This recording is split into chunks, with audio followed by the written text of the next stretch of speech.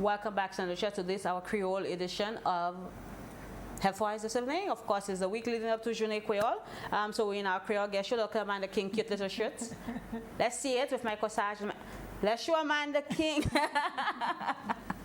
Of course, in case you're only now joining us, yes, my girl, you're cute.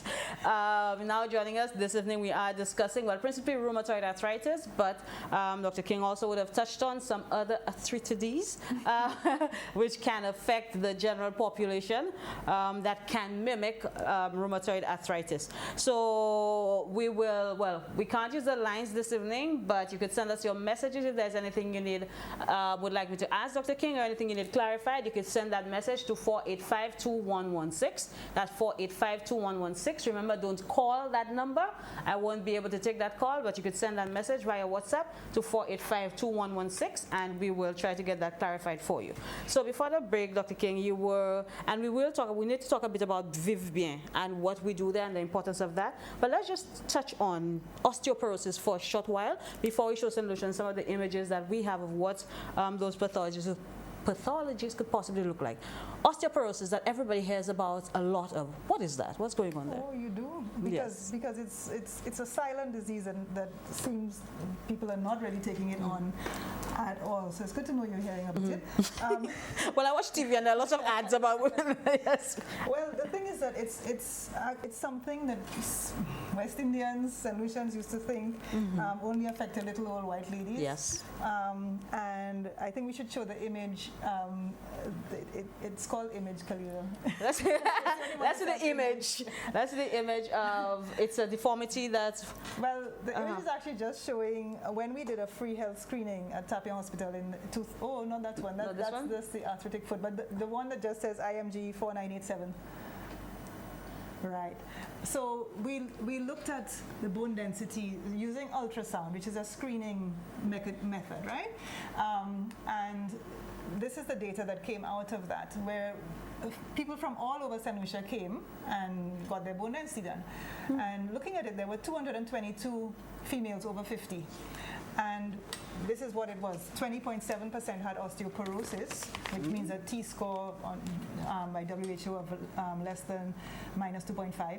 And 29.7, call it 30%, had low bone mass, which is a T-score of less than -1.0. So more than half had actually low bone density. And if we compare that to the figures from across Europe and in the US it's 54% will have low bone mass, and across Europe it was between 21 and 23% throughout from different places I saw had osteoporosis. So very similar. So you think that we should be less, because the studies around the world are not generally involving a black population, right? But so we get it too. Right, in St. Lucia. So that I just wanted to show that. And that made me know, because obviously the people I see, the patients I see are even more prone to osteoporosis because of their conditions. Right. So from the time you have rheumatoid arthritis and lupus, any other autoimmune disease, including thyroid disease, all, diabetes actually is a big risk factor for osteoporosis, but just aging. So what happens with your bones is that you increase bone mass throughout adolescence, right, until you reach about 25 to 30 maximum. And thereafter it sort of plateaus out, and then you reach menopause and it goes down steeply, like 1% per year, right? Because of the lack of estrogen, the loss of estrogen. So men reach a higher peak bone mass and they don't go down as much, right? So, but men still do get osteoporosis for different reasons, right?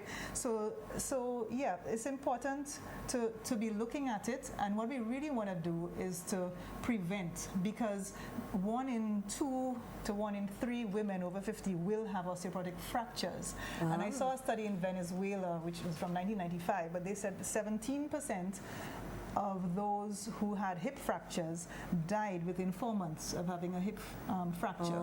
So there's a significant risk of death, definitely the first year after a hip fracture, for many reasons, because usually you may be older, or it may be because you're not very well and you've been on steroids or whatever, and you're already not very mobile. You have a hip fracture and you're in bed, and then you get pneumonia and you get depression as well, and all sorts of things. So so it's something we want to prevent. So what we want to do is to be telling people, children, we need to be getting children to be more active so that they can increase their peak bone mass, and that unfortunately is a problem in this day and age, right? Yes, so we need more activity so you build your peak bone mass. We want to limit steroids whenever we can and use other things. So that's, that's a big message. Because steroids get they're necessary sometimes, they get a bad rap all the time. But in fact they're life-saving, but we must use them judiciously. Absolutely. Right? It's important. And treat all conditions well so that people are able, and because obviously if you have rheumatoid arthritis and you're becoming disabled, you can't do very much. You're not very active. Yes. Right? And also, this is mental health month as well, isn't it? October, yes. And with these autoimmune diseases, there often comes depression as well. Any chronic painful condition or any chronic condition. And obviously, when you get depressed, you often tend not to be very motivated also to do your exercise. It's a vicious cycle. Yes, everything, one thing feeds into the next, and you don't sleep well and all of that. So there's a lot for us to do and so that we can prevent. And it's not all about medication and so on, but it's about identifying and then putting things in place to prevent the problems. And if you need medication, you need medication. But lifestyle has a lot to do with it, and adequate vitamin D and calcium and so on. All right. Which is another interesting thing, because we always thought, and we always assume in the Caribbean, everybody's vitamin D levels must be through the roof because we get so much sun. And that's not so much the case, is it? No. In fact, they seem to be seeing more vitamin D deficiency in tropical countries. For they call it the sunshine vitamin, but no. We have a lot. And it is also associated with an active immune system. So an overactive immune system seems to drive down your vitamin D levels as well. But the whole vitamin D story is not complete as yet either. It's complex. Yes. Complexities, because as it comes to renal disease and vitamin D as well, a lot of complexity there. So osteoporosis is more common. Is it necessarily more common in women, if I were to understand you clearly? Yes. Yeah. Because of the hormonal, because of the size of women generally, and so the peak bone mass is lower, and also because of estrogen after menopause, so post-menopause. Now, is there pain with osteoporosis? No, it's silent until you break. And even when you break, sometimes you don't have symptoms. So when you see some people like this, and they're fracturing the spine, right? They have vertebral fractures. Understood. Sometimes it's not painful, but after a while it can become painful if it pinches the nerves. Understood. Right? And also makes you uncomfortable because you find that there's less space for the organs in the abdomen. You find that the ribs start to overlap the pelvic bones, and you get bloating and all sorts of things. But also, obviously, if you fracture your wrist or your hip, and it's very painful. Obviously painful. Let's talk about, because we have a few questions here that I'd like to ask. And remember, St. Lucia, you don't call 485-2116. You send a message, because I have said before, I'd have to pick up the phone. Hello. We can't really do that. So send us a message here, or at least a text message if you don't have data, but please don't call this number. Again, like I said, we want to talk a bit about VVA and chronic self-management that Slala does so well, and you guys do so well. And St. Lucia, I think, don't take advantage of it enough, given how important it is. But let's just talk about the treatment of the different arthritis quickly, and I don't know what am I going to say about and complications. What could happen if left, particularly in the case of rheumatoid arthritis, what could happen if left untreated?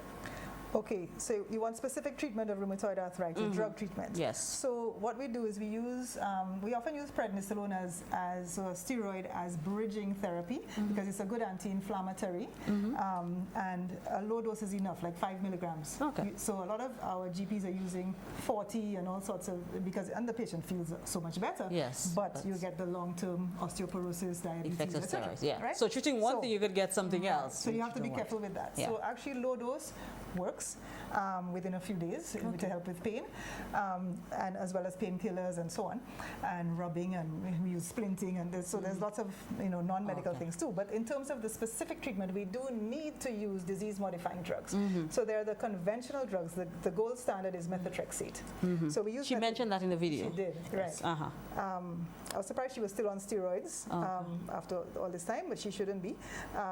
But methotrexate is what we would use unless there's a contraindication, and there are if people have liver disease, if they drink too much alcohol, that sort of thing, or if they have bad lung disease. But methotrexate is what we would use, and we take that up to a particular dose of 25 milligrams. Sometimes used by injection, sometimes, but usually by mouth, because St. Lucians don't like injections. No, they do not. And it's once a week, right? So there's that. But then we sometimes have to go to double and triple therapy. So the typical triple therapy is sulfasalazine, methotrexate, and hydroxychloroquine or plaquenil. Okay, and those drugs are available here? Well, yes, they're available, except they're not necessarily available in the public sector, always, and in the health centers. And interestingly, and it's something I meant to call the Central Procurement Service about this week, that there's a patient who's incarcerated, and she cannot always get her medicines because it's not available. It needs to be available. Because these are medications that are not expensive, actually. I see. And and when she's on them, she's good. Right, but off is a problem. It's a whole other problem. Right. So it's a cost-effective way, and if you don't do that, people will deteriorate and not be able to function, and that is a problem for them, their families, and St. Lucia. All right. So tell us some of those complications. Like, what's the worst-case scenario in rheumatoid arthritis, for example? Well, death. It actually is a serious disease, not just affecting joints, but it increases the risk factor for heart disease, right? So you're more likely to get a heart attack with rheumatoid arthritis. Any autoimmune inflammatory disease, like lupus, for example. Lupus is actually the major cause of death in young women in the U.S. Under the age of 25, apparently. But heart disease is a major problem, heart attacks, but it can affect different organ systems, and so disability is the major problem, but also death. Yeah, the other things. So it's not just a joint and my joint is hurting thing. It literally can kill you. It can affect the lungs. It can it can affect the eyes. It can affect. Lots of places. All right. So let's get to some of those questions. Again, St. Lucia, Pakuye 4852116. Send a text message or WhatsApp, but don't call this number. Our line, unfortunately, this evening is not working for those calls, so we just have to take messages this evening. We do apologize for that. How do you say apologize in Patois? I don't know. Look, I apologize for that. All right. All right. So the first question here. Osteoporosis is the other name or another name brittle bones where the bones wears off, degenerate or degenerate? Did you understand that? Okay, I think yes. It is brittle bones which break easily, but not degenerative. People confuse osteoarthritis and osteoporosis. So the degenerative one is osteoarthritis, and osteoporosis is the That's brittle. a fwiddy. Yes. Yeah, I see. Osteoporosis is the porous bone or brittle bone. I see. And she says, this person says, and women who go through menopause, are estrogen levels always low? Is this a high risk for anything? Well, it's a risk for osteoporosis after menopause, because because you don't have ovaries functioning at that level anymore. You don't have that estrogen support. Right. So that's the main thing. Yeah, and of course, a drop in estrogen could predispose women, which is why women postmenopausal heart disease and that sort of thing, just like men. Yes. Yeah. Let me see here. I've been an athlete my entire life, and I am now in my early 30s. I realize when I use the stairs, I have pain in the knees. Is this a sign of arthritis? Quite possibly. So you should check it out. It needs to be checked out. If there's something different, it needs to be checked out. Good night. My grandmother suffers from joint pain, and the doctor put her on indomethacin, 25 milligrams, and prednisolone, 5 milligrams, which she takes twice a day. I would like to find out if there is anything else she can use instead of the prednisolone. And again, prednisolone, steroids, they have a very bad reputation. A very bad reputation. Yeah. Well, we need a diagnosis for your grandmother. If it is osteoarthritis, then it will be safer, especially at her age, to be doing a lot of non-drug things and using like heat and cold and maybe some physiotherapy and some Panadol, paracetamol. Yes. And a lot of people say Panadol doesn't work. Yes, solutions disparage paracetamol. Yes, but the thing is, indomethacin is actually very harsh. It's the harshest of the anti-inflammatories. So I don't use it. They used to use it. Yeah. It works very well, right? But it really is harsh on your stomach. Yeah. I see. So, and you should never really use a non-steroidal anti-inflammatory like indomethacin with a steroidal anti-inflammatory like prednisolone, because The then it stomach will feel increases. that. Yeah. Yeah. All right. And again, I think long-term use in terms of chronic interstitial nephritis, which is kidney disease, of course, which can lead to end-stage kidney disease, long-term use of steroids. And I think perhaps it doesn't happen as much here, simply because perhaps our prescribing practices are different. Just like I said, I don't think St. Lucia could have an opioid crisis because we simply don't practice that way. That when you get to prescribing an opioid is because nothing else has failed. I think, I hope. But yeah, I hope. But it can lead to long-term, you really shouldn't be on a non-steroidal. Post-chikungunya, people who've had pain, what happens there, and can that lead to osteoarthritis or osteoporosis as far as we know? Have we done enough? Chikungunya, it can lead to an actual syndrome called chikungunya arthritis, chronic chikungunya arthritis.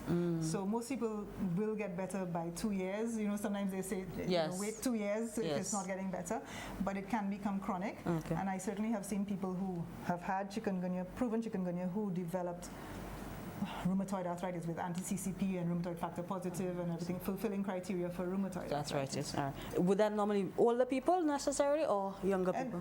Anybody? Any age, yeah. And then if you have any damage to your joint, whether it's from physical things like the athlete or whether it's inflammatory like rheumatoid arthritis, you can get secondary osteoarthritis because your joint is already, it's affected, and then it starts to, yeah. All right. So this person tried lifting a basket without realizing how heavy it was, and it affected my wrist. I iced it immediately and rubbed for about a week. 1 year later, I'm still getting pain and tightness in the wrist and sensations going up my arm. I have been injected with steroids 2 to 3 times because of the pain and discomfort. It's unbearable at times, but I want to discontinue the steroids. So I guess he's saying he has steroids. I didn't read the steroids before. I want to discontinue the steroids. I'm looking for alternative treatment.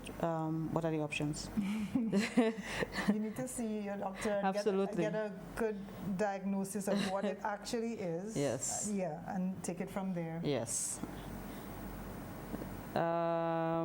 What's the difference between, you explained that already, but I guess this person wasn't there, osteoporosis and osteoarthritis?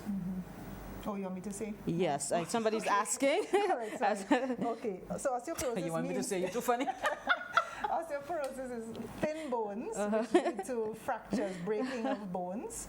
And osteoarthritis is a degenerative condition of the joint, although there might be some inflammation there as well. All right. Yes. All right.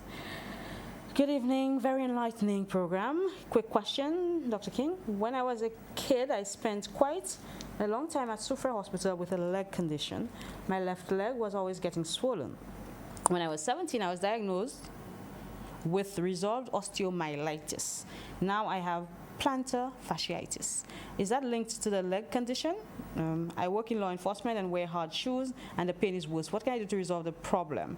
I use Dr. Scholl's gel insoles. I hope you remember everything because I can't remember what I asked. I use Dr. Scholl's gel insoles but still have pain. I'm not diabetic and had no foot ulcers with the condition. It was just getting swollen and painful when I was a child. Okay. So that seems to have resolved, and now there's plantar fasciitis. So plantar fasciitis is a painful condition under the heel. So when you step down, it hurts because the plantar fascia is what holds the bottom of the foot together, right? It's sort of fibrous tissue. Now that gets irritated by different things. She said she wears hard shoes, so that's a big irritation for the sole of the foot. So the footwear is important, and also sometimes weight. So because if you have a lot of weight coming down, and I'm not saying you have a lot of weight, you may not, but if you are heavier or you've put on more weight, and then you have a hard surface, so Right. it's stuck between the two, and too much pressure there will irritate that area. What you do about it is you do things like ice massage, and we have to then work the bottom of the foot. It takes about 9 months before it really feels a lot better, even if you do everything right.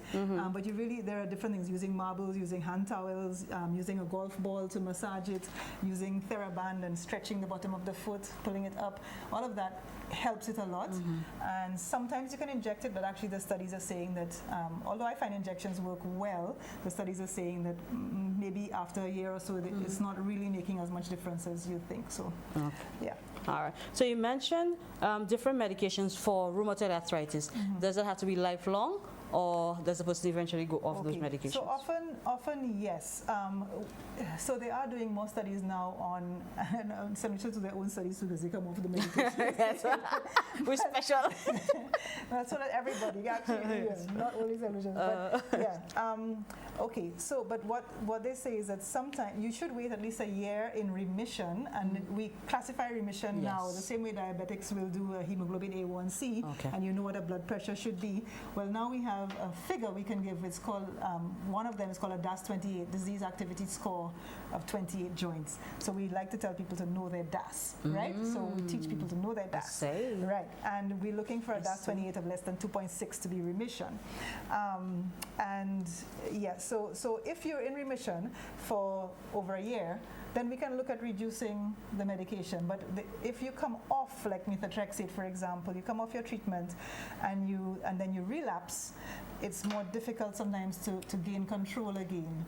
So, we have to be careful, and it's a decision you make, all right? Because this is where maybe I can say something about... I was going to say, before we run out of time, about empowerment of patients and the chronic care model. Basically, and this is relevant to the upcoming diabetes month and all of that as well, because any chronic non-communicable disease would benefit from the chronic care model. We need to have a team approach, a multidisciplinary approach to the care of patients with chronic non-communicable diseases. We have to realize that I, as a doctor, cannot manage the patient. The patient has to manage themselves. Yes. And they can choose me to help them manage, so I can be part of the team. But the captain of the team, or if you want to call it the director of the board or the CEO of the company, right, is the patient. The patient. Right?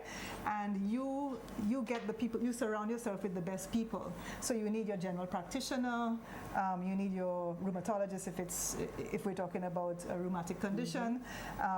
You may need a counselor. At times you need a physiotherapist. If we had an occupational therapist, then you may need that person too. You may need a podiatrist, because we often ignore our feet, which, and there's a big problem there. Yes.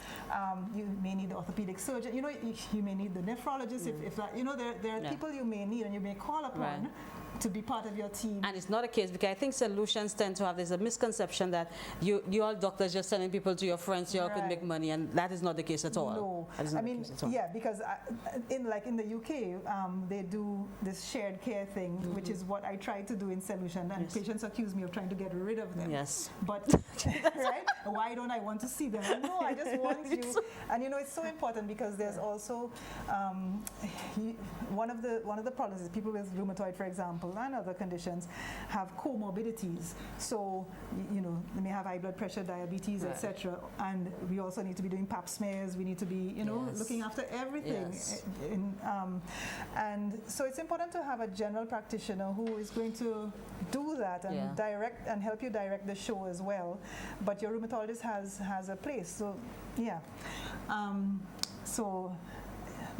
So it's important to have that team approach where you are in charge, and to empower you, we have the self-management program. So I realized long ago, again, we all have problems. and we all need help. Some people are more positive than others in their approach to life and how to solve problems. But the self-management program from Stanford University is the best known international program to empower patients so that they can improve their self-efficacy, which is their belief that they can make a positive difference in their own life. And that is actually so important, because a lot of people are quite fatalistic and they believe, you know, it doesn't matter what I do. Do it me I go there, do it me I go there. Right, and that's how they feel about diabetes for sure. Yes, and that's how they can. Right. So and that is not the case. So if we can help you with that, and so we do this program. We had started off with the arthritis self-management program, but then we cross-trained in chronic disease self-management program, which we call VIVBIA, because we wanted to benefit not just people with rheumatoid arthritis or arthritis and fibromyalgia and so on, but also people with diabetes and healthy people. Yes. Anybody. So this program is actually to empower people, and I think if our normal people would take advantage of it as well, it would help them manage their challenges in life, whatever they are. And that is important. I think our outlook on life also, because we psychosocial biological beings, so your outlook affects how you live essentially, and if you're going to get sick or not. But VIVBIA, how can somebody, if somebody wanted to do it, how long a program is it? If you want to do it, how do you get to do it to be empowered? Patient empowerment is the keyword. So the best thing is if you join the St. Lucia Arthritis and Lupus Association for $30 for the year, which gives you many benefits, including all sorts of discounts. That also entitles you to do the self-management program free, and it's a 6-week program. It's a volunteer thing, so we have trainers all around the island. You can do it anywhere, and it's 2 hours a week for 6 weeks. Very doable. Right? It's very doable. People think it's not doable, but the people who think they're too busy to do it are probably the ones who need to do it the most. Yes, absolutely. Yeah. And those who do it really do enjoy it. And maybe we don't have time to show that testimonial, do we? Yeah, we do have the testimonial, Kalila. If you could cue that up, so you could just show it quickly. So I do think it is important that we do it. And as you said, every single person who's done it has positive reviews. Everybody says that it has changed their lives. So I do think it's important that we take advantage. But how do you get to SLALA? Okay, you can call. They now have a good presence on Facebook, but you can call at 459-0092, I think. Yes, that's correct. Or that's 459-0092, or the cell number, which is 486-7000. Or you can also, if you offices. There's the office which is opposite Lucilec on the John Compton Highway. Is it? It's still called John Compton Highway? Right? Yes, it's right. Yes. Right. So opposite Lucilec. Okay, that's easy to find. It's right there. So physiotherapy services, and you'll see St. Lucia Arthritis and Lupus Association. And you can email slala.slu@gmail.com.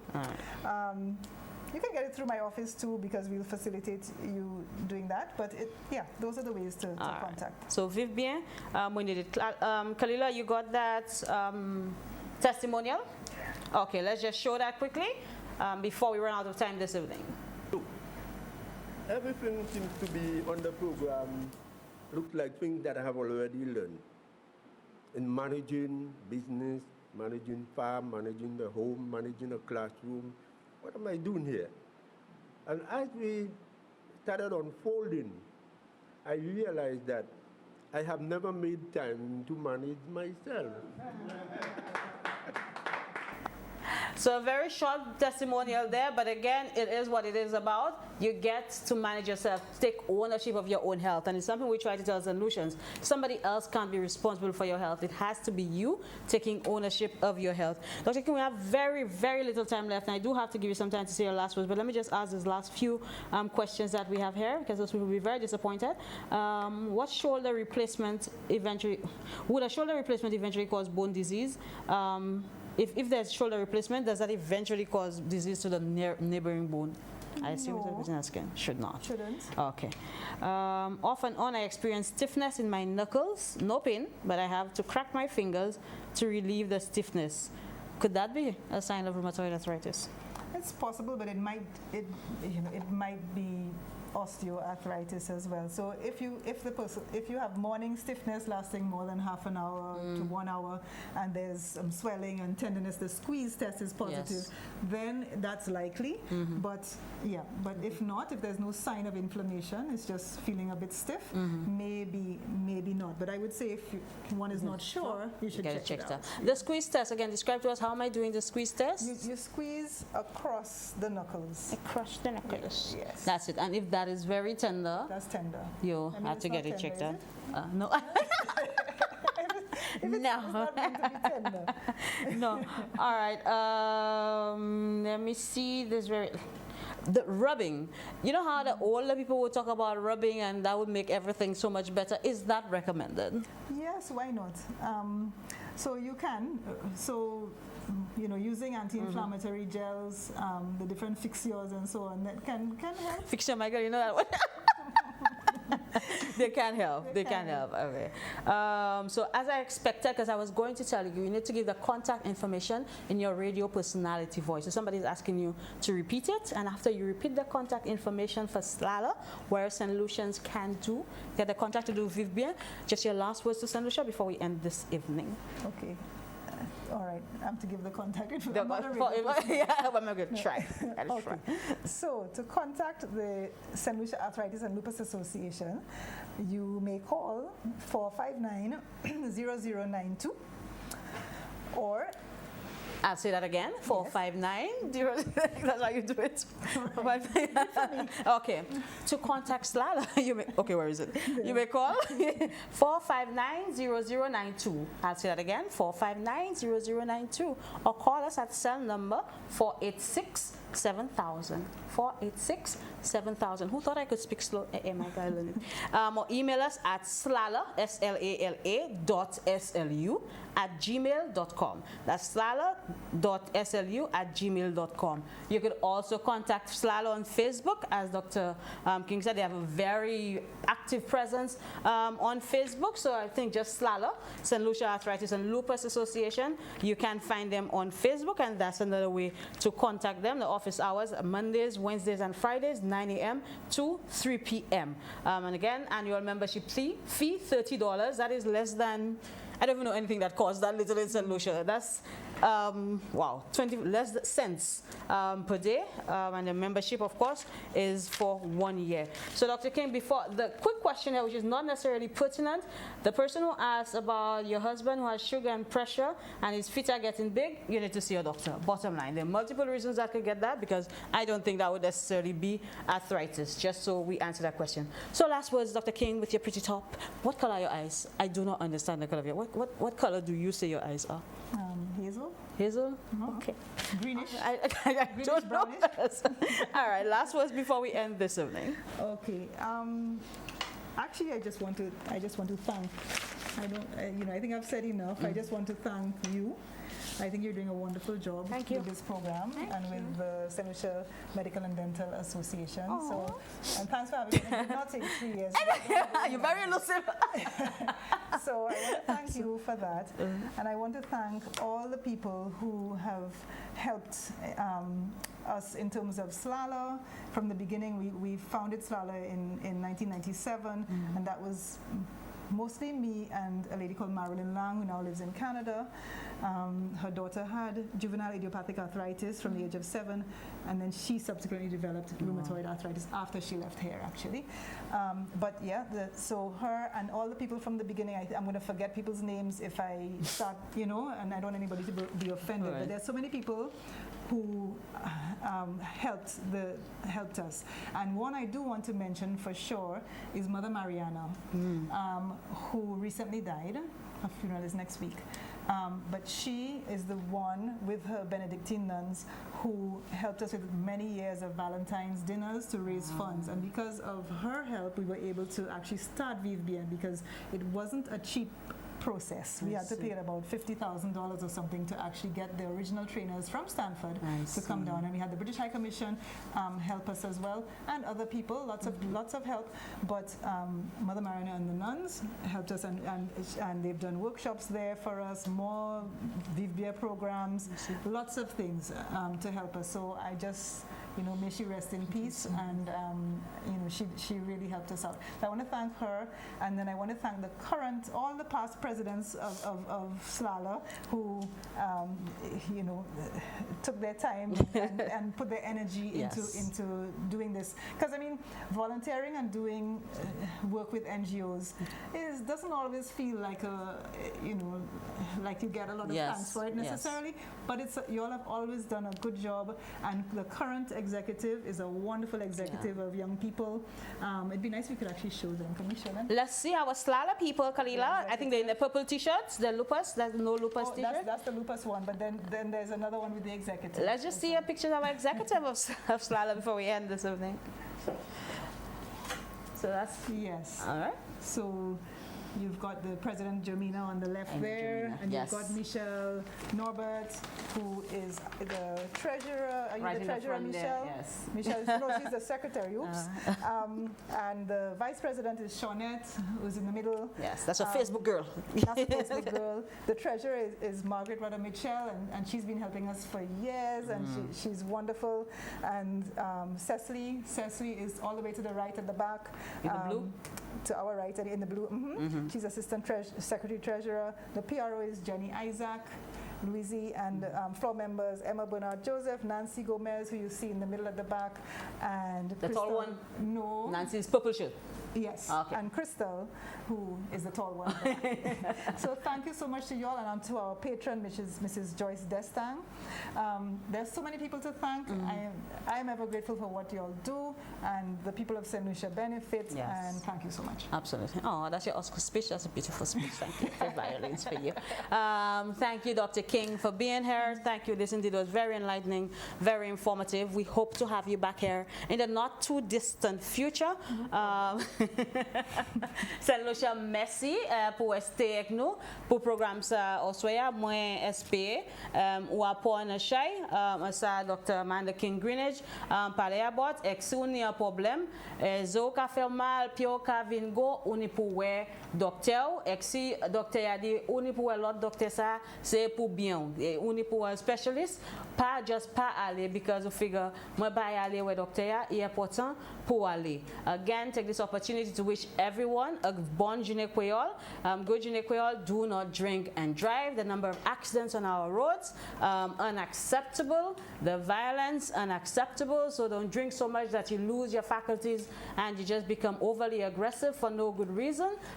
It benefits nobody and further stress on an already very stressed healthcare system, a very stressed casualty at VH. So behave, people. Enjoy the PEMI. And every time my mother brings PEMI for me when she goes unicorn, she's never once brought it. She has never once brought it. So mommy, bring me PEMI this year.